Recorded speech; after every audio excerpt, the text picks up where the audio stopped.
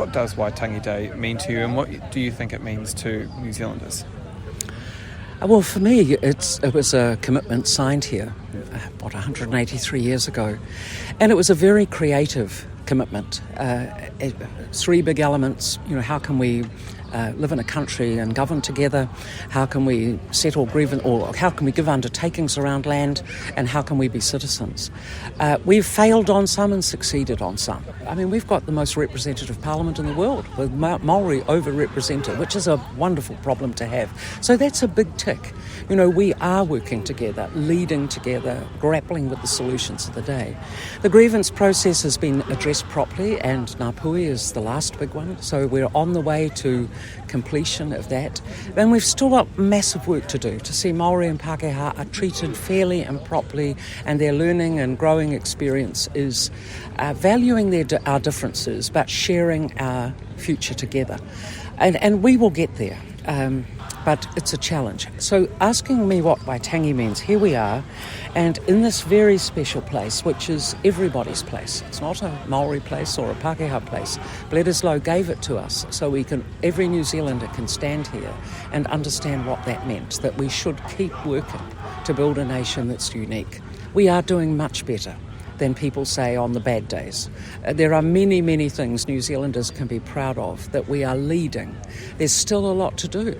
But come to Waitangi, because the wairua here, the spirit and the feeling as the dawn rises, honestly is hard to beat. I still come just because I love it, as well as being committed to it. But it's a special place. And talk me through that. Why do you come every year to the dawn service, the crack of dawn, to be here at Waitangi? What is it that makes you come back? It's a good question. At 3 o'clock this morning I wondered why I do it, but to be honest, because we live at Kororareka over in Russell, and you get on the ferry and come. But actually it's a time to become recentered. As a New Zealander, I want to be here. I watch the political comings and goings as an ordinary New Zealander, but with obviously the insight of having been there. And I was very determined when I became Prime Minister in 1998 that if we can't speak here, where can we speak? Because the Crown had not been coming to Waitangi for 4 or 5 years, I think, if I recall correctly. So I want to come here just because I constantly am committed to see how much better we can do, even if it's a single conversation or an encouragement or a mentoring opportunity or a take care. And, being an old, almost kuia, they treat me, which is very kind of them, they treat me as such.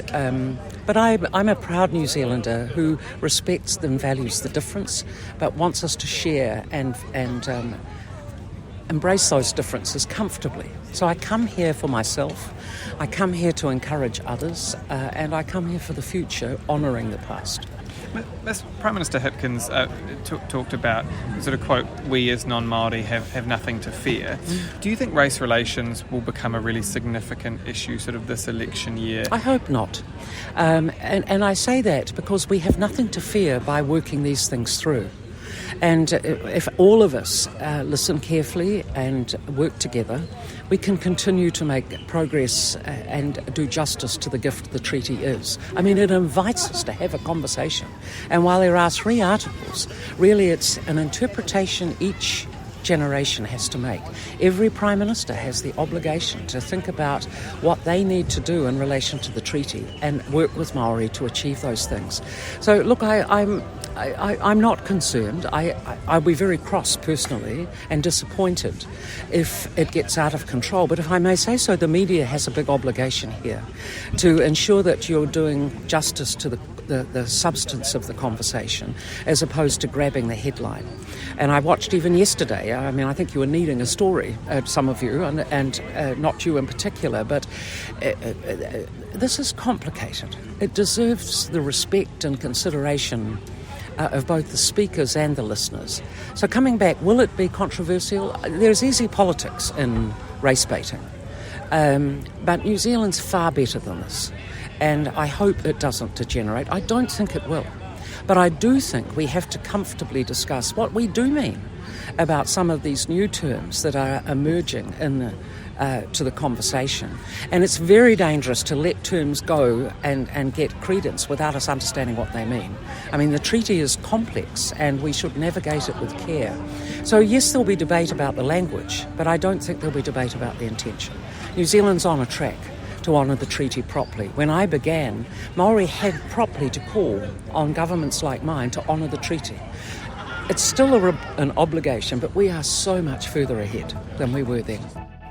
Thanks for checking out our YouTube channel. To stay up to date with all the latest news from the New Zealand Herald, click the subscribe button below or check out one of the videos here, and head over to nzherald.co.nz for more details on these stories and more.